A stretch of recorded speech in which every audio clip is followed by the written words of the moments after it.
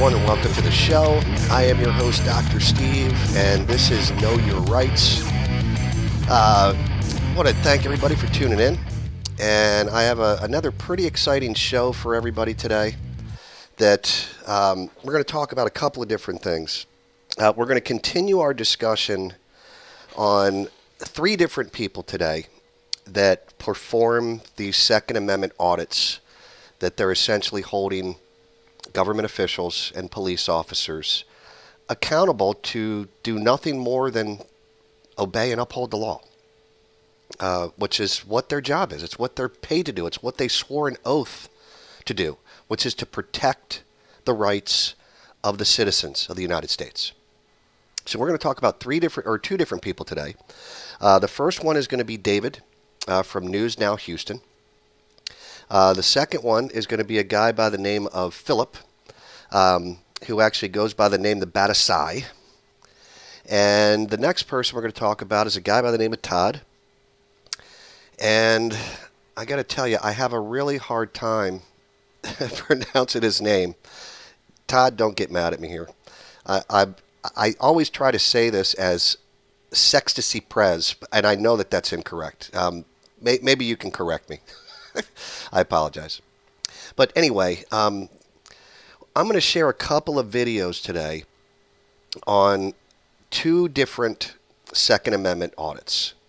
The first one that we're going to talk about is with Philip and Todd, where they are taking video of the NSA, and they're approached by a police officer. And I love what they do here, because at first they claim that they're on private property, which obviously the police officer isn't even sure what the property is at this point. And then it's actually confirmed that it's public property. And here we go again, just like last week. He threatens to criminally trespass them from public property. You can't make this stuff up, guys. You can't do it. So I'm going to play part of the video, and then I'm going to do just what I did with David last week, and I'm going to kind of stop in between and fill in some gaps here to give this some substance. So this is going to be the first video, and this is Philip and Todd at the NSA building. This is not a street right here. Actually, this is a driveway. So if we go this way, that's Military Drive right there. And then we'll end up on the side by Walmart.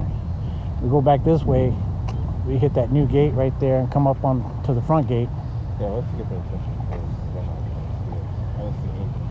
Well, if you notice, they got a camera on every other pole.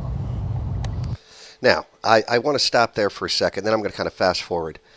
Did you hear what Todd just said? They've got a camera on every other pole, but they're worried about two guys out on a public street with video cameras. The absurdity of that is it's insane. It's just beyond me of why government officials are so afraid of video cameras. You know, I'm going to say this every time I do this. If you got nothing to hide, what are you worried about? So we're going to come up to the part where the police officer is pulling up, and we're going to continue the video here. Let's walk away from her. Come on. Come on. How you doing, sir?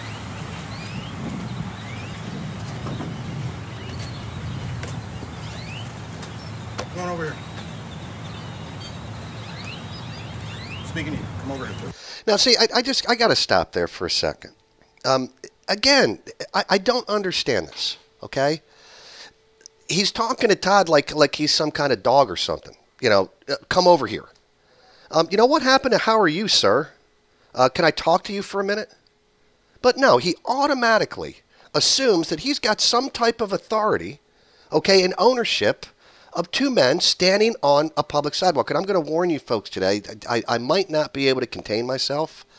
There may be some profanity. So if profanity is going to offend you, I apologize. I'm going to do my best not to do it. But I'm already livid from watching several of these videos over the last few days. And I'm just dumbfounded. I'm absolutely dumbfounded on how police officers treat citizens taking video from a public sidewalk. I don't get it. So, again, we're going to go on with the video. You can record me all you want. Hey, I need your ID. We're getting calls about people back here on the property. Okay, we can give a criminal trespass. You're on property. Complaint? I'm on private property. No, you're actually on the property of Academy. I know, it's private property. It's not, yeah, okay. And we're getting complaints that people are back behind their property. Who's a complainant? It's a refused complaint. Okay, we'll leave. No, I need your ID actually from our report. Thank you very much. What do you think, Phil? Now, here, I want to stop there for a second. This is going to continue for a few minutes, and I think you guys are going to get the point. He's threatened to criminally trespass them because Todd makes a mention here that, you know, this is private property. But there is no complainant. Yeah, technically, they do need a complainant to criminally trespass. Now, the way that a criminal trespass works is by a couple of different ways, okay? Number one, you either have to have a sign posted, or if you've climbed some type of security fence that's clearly a perimeter around the building, or if the property owner themselves file a complaint for trespassing. Now, once that occurs, you can do a couple of different things before they can criminally trespass you, okay? You can either leave the property because now you've been warned you're on private property. This is the proper procedure. You're trespassing on private property, okay? And you heard what Todd said here. He did it perfectly the right way. Okay, I'll leave. So once you decided to leave the property, they can no longer criminally trespass you. The only point that they can criminally trespass you is you've been warned once before and you've re-entered the property. They don't have to give you another warning.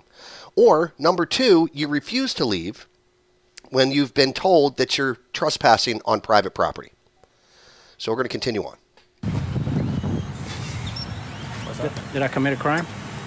It's called criminal trespass, and I need to give you a criminal trespass warning, so I need your information. Who's a complainant? You don't need a complainant. I don't need to give you that information.